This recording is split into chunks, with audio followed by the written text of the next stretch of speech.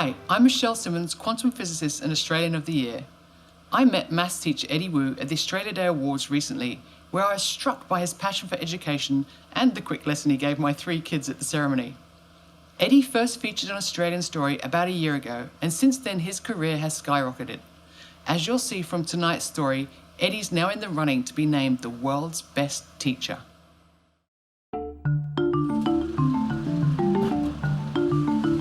The Global Teacher Prize went out as a call all around the world, and 30,000 people entered, and somehow I'm in the top 10. I was stunned. Now he's flying to Dubai. We really can't believe it. He's hardly ever flown anywhere, but he's done more travel in the last few months than in his entire life. I had to renew my passport because it had expired that long ago, and I've never been to the continent, let alone the city of Dubai, so it's going to be a whole new experience. The 12 months that I've just been through, my wife and I call it the magic carpet ride. Very, very suddenly being thrust into the national spotlight and people coming and talking to me and saying, "Oh, are you that teacher guy?" What years are you? You're 11. Eddie Wu is Australia's most famous teacher. Everybody wants a part of him now. Eddie, congratulations. He's the maths teacher everyone would have wanted to have. And thanks to Wootube, you can have Mr. Wu as your maths teacher. He decided to record his lessons and he began posting them online. The length is X, right? 12 months ago, he had 4 million hits on his Wootube website. At the present moment, it's over 12 million. Just an extraordinary number. What's something you would feel confident explaining in front of other people? There is a certain irony that Eddie now spends less time with his classes than he used to. Life's a real juggle now. Sometimes I feel like I'm spinning all of these plates and wondering which one's going to fall.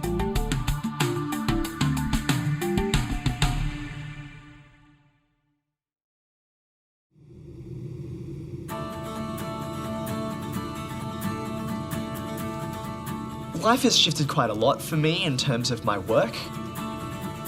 The New South Wales Department of Education has given me a new role that allows me to move around and actually work with teachers and students even in some really remote and regional areas. It's the very first time I've done something like this. I grabbed an 8:30 flight out of Sydney, dropped into Griffith Airport around 10 in the beautiful New South Wales Riverina. Our principal contacted us yesterday and said, Eddie Wu's in town, text back woohoo if you want to go. And we were like, woohoo, let's go. About 500 kids from all over the region have bussed in. Okay. And what year are all of you guys in? He arrives with a profile, he arrives with a very excited, enthusiastic room before him.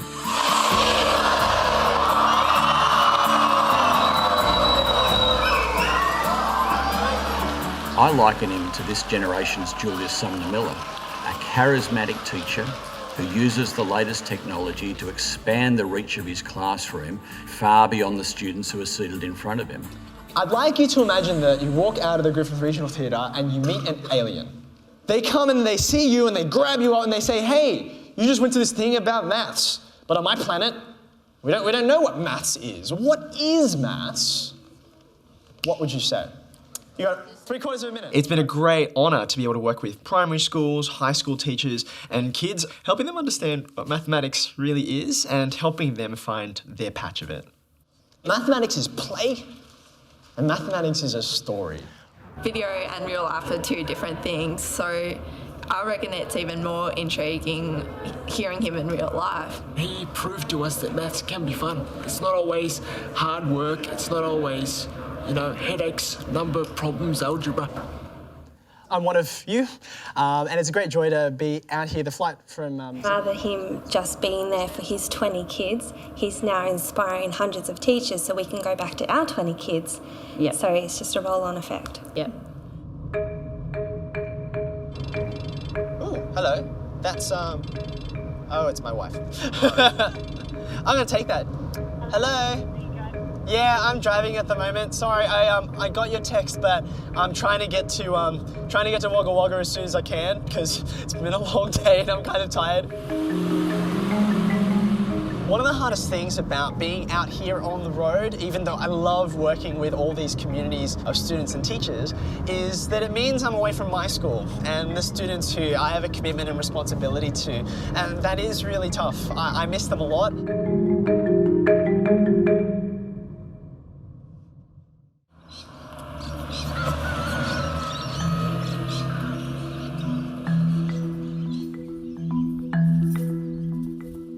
Keeping Eddie here at Cherrybrook has been a little bit of a challenge, but to keep his hand in, he's still running with his extension mathematics classes of a morning. Come in, grab a seat, and if you have your devices there, get your devices out. I've met many students who've come to me and, polite as they are, will walk into my classroom first day of the year and they'll say, "Look, sir, no offense, I just want you to know I don't do maths." There's a lot more to maths than just numbers, right? So I view that kind of student as my personal mission to turn around. Even if these are in the right order, I would guess they're not all the same distance apart from each other. I've always hated maths. I don't think I had the brain for it at all. Are you even put in the tax bracket? Yeah, no, it's this one. It's this one. It never made sense to me, and I think not making sense it made me so angry. I'd like to say mathematics never came instinctively for me, which is why now I sort of know that just because mathematics doesn't come naturally, that doesn't mean you can't work with it and come to an understanding of it. Often we give up. So I think the hard part of this question is there's so much information. Even some of the most oppositional students, once they get a taste of what it's like to be able to solve a question, they fall in love too. Is there anyone who still doesn't have their name down? I call Eddie Ez. I've always called him that since childhood. If you had to pick one, Initially, I didn't know that Ez had so much interest in maths that he would want to teach it. My brother has made a very surprising kind of trajectory of his own that none of us really expected. My parents, Tony and Angela, they were both born in Malaysia and they moved to Australia largely because the education system in Malaysia and many of the opportunities for people growing up in Malaysia are extremely limited. I came here when I was just about 19 and don't know anybody.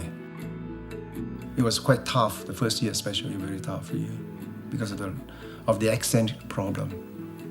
We couldn't understand, most of us, and the fat income, the Aussie accent. My mum did work when she was back in Malaysia as a newsreader. She could speak English fluently, also Cantonese, Mandarin, Bahasa Melayu, 16, 17 different languages or dialects. My parents sacrificed a lot to come to Australia because my mum was leaving a career and my dad was leaving his family. My brother, sister and I were born and we were raised here in Australia. They were very, very insistent that we made English our first language. I can speak Cantonese and Mandarin in a very cursory way. I certainly couldn't have a conversation in Chinese, which makes me a little bit sad because I know that's part of my history. Them wanting us to speak English came back to them not wanting us to be singled out as immigrants, for us to be deeply a part of this culture, to belong here. Hang on, boys. When I go on playground duty, I go out and I see these hundreds of children running around. And I watch for the students who don't have a group of friends, or even the ones who do, but I can tell they're at the fringes. I think that growing up, even though I could speak the language fluently, I just looked different. And I think that that was an easy thing for my peers to look at and say, well, you know, you just don't fit in. Racism was something which I definitely felt around me. They're ignorant, they don't try and learn our customs or our language or anything else, and I think there's just too many of them.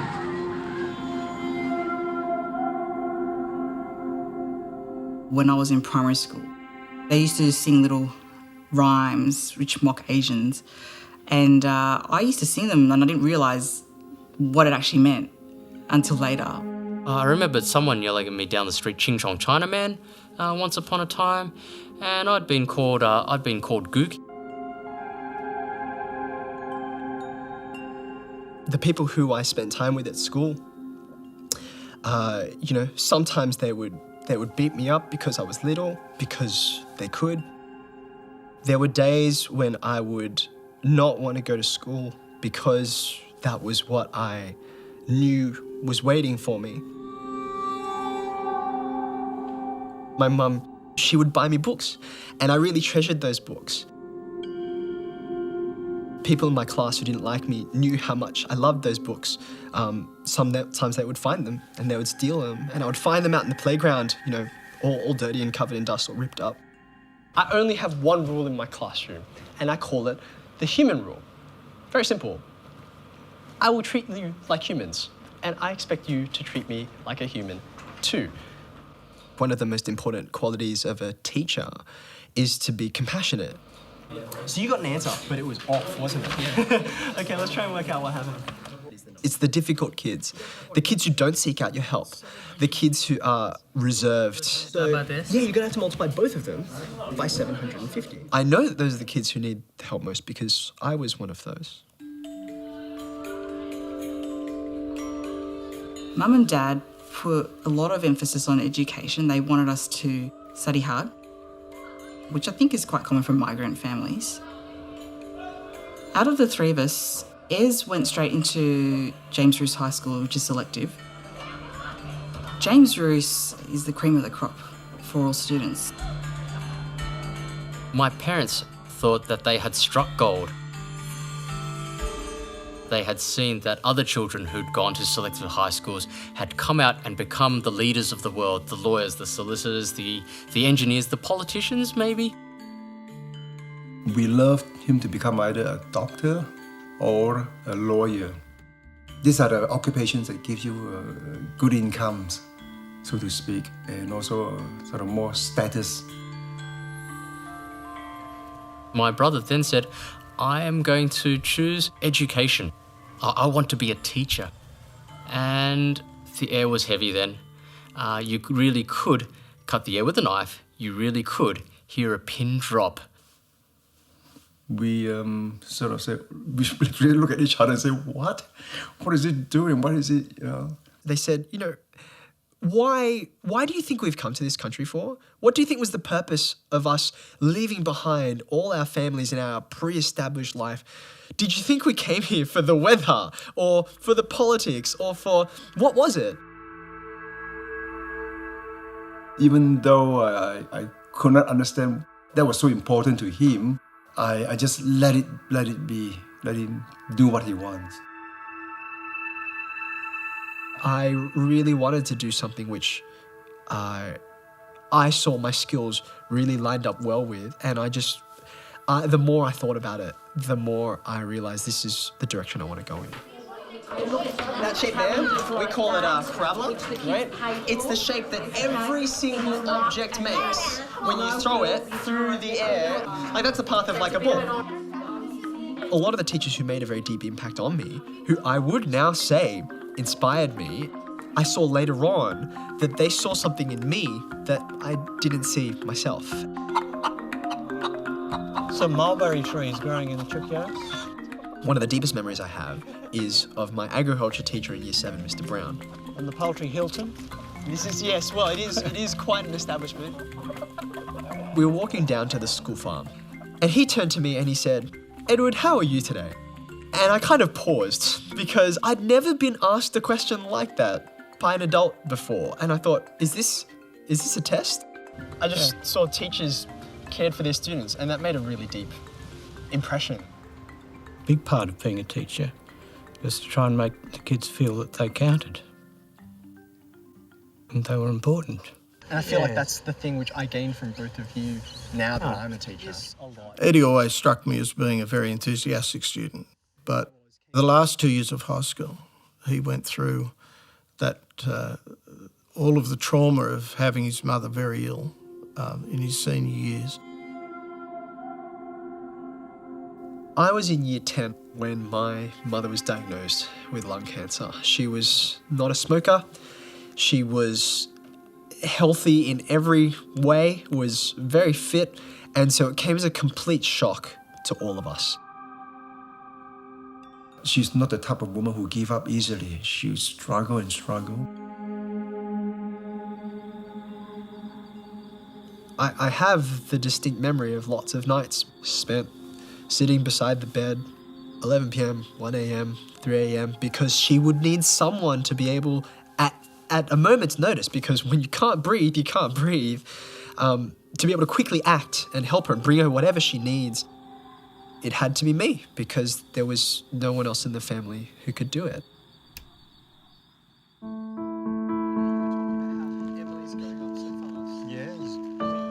Somehow when Mum passed away, Ez grew up really fast. Being a family, what that means. It was a very difficult period for all of us. But he was the youngest, and somehow he was like a rock. Sometimes I get a bit emotional when I look at your mum. It's really natural. Yeah.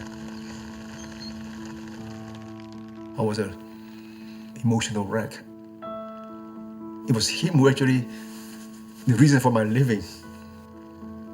He would have been comforting me and holding my shoulders and said that, hang in there, you'll be right. See, as a young, he was only 19 years old, he knows how to comfort the father. And I said, my God. I wanted to be someone who could be brave. It's been a long time, Dad. Yes, it has. And not give over to others the burden of having to care for me because I was a mess. I wanted to be able to hold things together because I saw my family falling apart around me, and I knew someone had to be strong. When I look back at it, what I think it was his Christianity, his faith in God, that he would meet Mum one day again in heaven.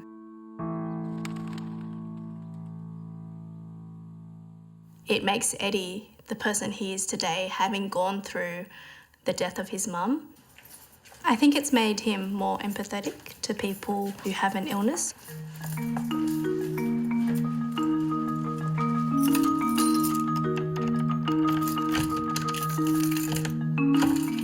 In 2012, I had a student in one of my classes who was very ill. He was diagnosed with pancreatic cancer.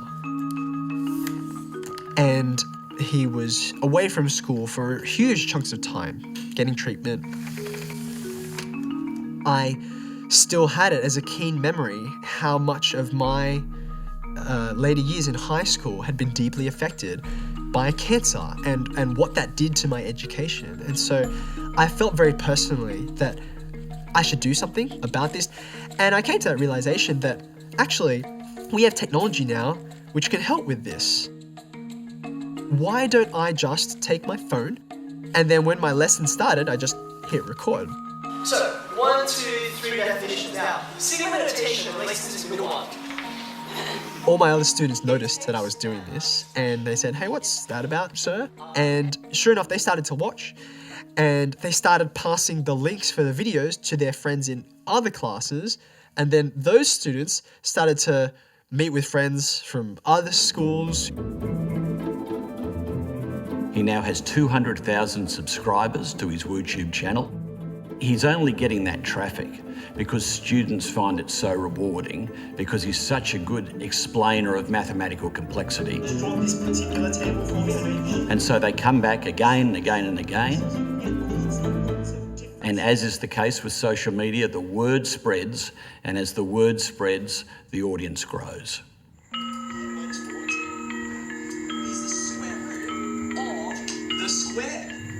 I don't know where he finds the time. You talk to him and he's going, oh, head of maths, I've got to do this thing, I'm going to interview panel for another school, and I've got to upload this video, edit this, and I'm going to start making practice papers for you guys, and then, oh, my kid's sick, and I've got to take him to the doctors, and I'm going, there's 24 hours in the day for you, right? It's not more. Don't take the whole pile. Alright, who's going to go first? He really works hard at making family time, and work life. What colour's that? Blue. Nathan, your turn next. When he gets home, he really prioritises time with our children. Jamie! You always win.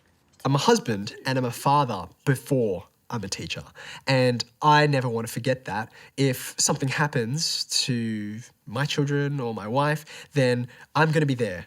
And they're my first responsibility.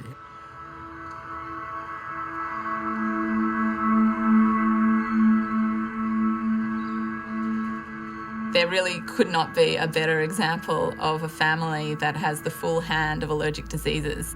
He does still say, my tummy hurts. We'll do another upper endoscopy. Eddie and I just have bad genes. So we are both what they call atopic. So we have eczema and asthma. There's such a strong genetic component. The Woo children really are sitting ducks for allergic disease.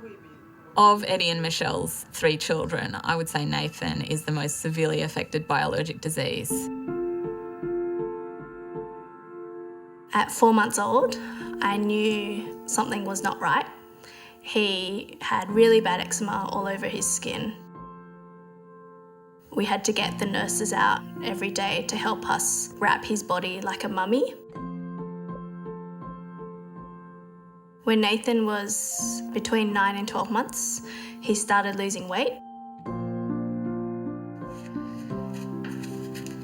Nathan was diagnosed with a very rare condition called eosinophilic esophagitis. Can you swallow? This is something which even many doctors haven't heard of. Okay, fine. Yeah, it's been a while since we had this one. The difficulties are every day for him. Eating itself has become a really difficult experience because when he was younger, eating was associated with an incredible amount of discomfort and pain just to squeeze food and drink down his esophagus. If you put him in a room with 200 other children his age, he would be shorter than 199 of them. He's got Rex the dinosaur, Ham the piggyback. I'm getting to Woody. It's a concern for me when I think about Nathan growing up, knowing that he's always going to be little. I'm a little nervous for him knowing that he'll always stand out a little bit because of his size. You probably like your toys too. Since becoming a parent, what they do when you leave the room. That's really coloured everything about the way that I approach my work as a teacher.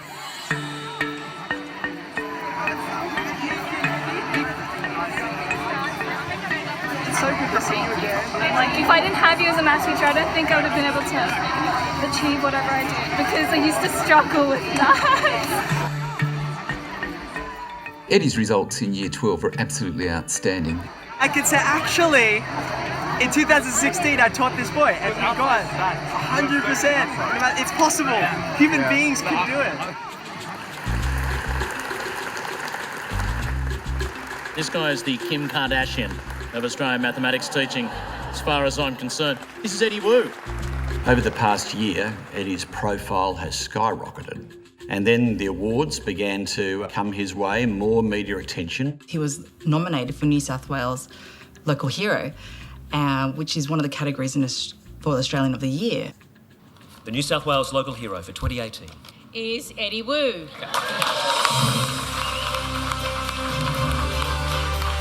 Then he won it, and we couldn't believe it. We were just shouting. It was just, we were just so happy for him. I'd like to dedicate this to my mother, who passed away from lung cancer 13 years ago. She and I... Eddie's mum not being around to see the kind of teacher that he is really sad. She would have been so proud of him. So to all the teachers out there in all the schools, I want to say, this is for you. Thank you. I'm very proud, but I was afraid that I might be boastful. That was the only thing that I have to be conscious of. Sometimes people say, oh, your son is so famous. That is Tony's son. So I become well known because of my own son. Does anyone know where we're looking? He was invited to go to Canberra for the National Australian of the Year Awards, and we thought he's up against everyone else in Australia, and it would have been amazing if he won, but we were not really sure. Australia's local hero for 2018 is Eddie Woo. I was sitting there in Parliament House next to Michelle when suddenly the Prime Minister got up and said my name, and I gradually lost sensation in the bottom half of my body because I just thought, what is this? Is this real? I thought it was one of those Oscars moments where it was kind of like, you know, it's La La Land. Oh no, wait, sorry, we got the wrong name. Eddie, congratulations. Ez is not someone who shows a lot of emotion. He was almost in tears of joy. I've never really seen him show it like that. But to be acknowledged for something like that was just amazing. Education can radically change the trajectory of a child's life. The measure of success in any Chinese family is how many dentists, doctors, engineers or lawyers you have in your family. And we already have 2 dentists in our family, so we're considered pretty lucky. But to have an Australian local hero of the year in our rank is just something else entirely altogether. The finalists for the 2018 Global Teacher Prize are Eddie Wu from Australia. As if that wasn't enough, Bill Gates announces that my brother is now a top 10 finalist for the Global Teacher Prize. The Global Teacher Prize is one of the most prestigious that exists anywhere in education. These amazing educators were chosen from more than 30,000 applicants and nominees in 173 countries around the world.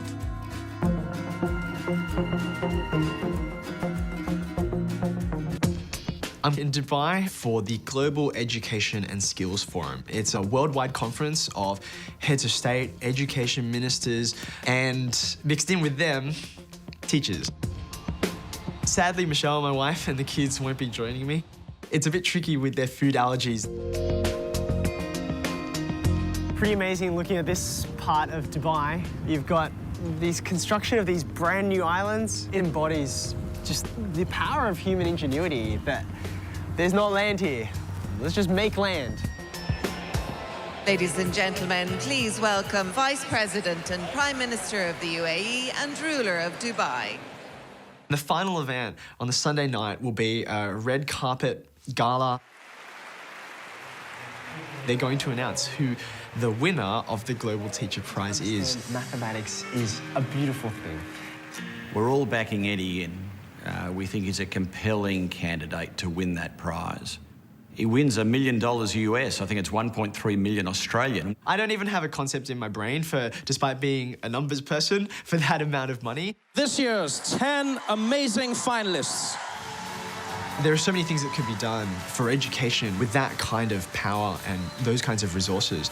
The winner of the 2018 Global Teacher Prize, Andrea Zafiraku.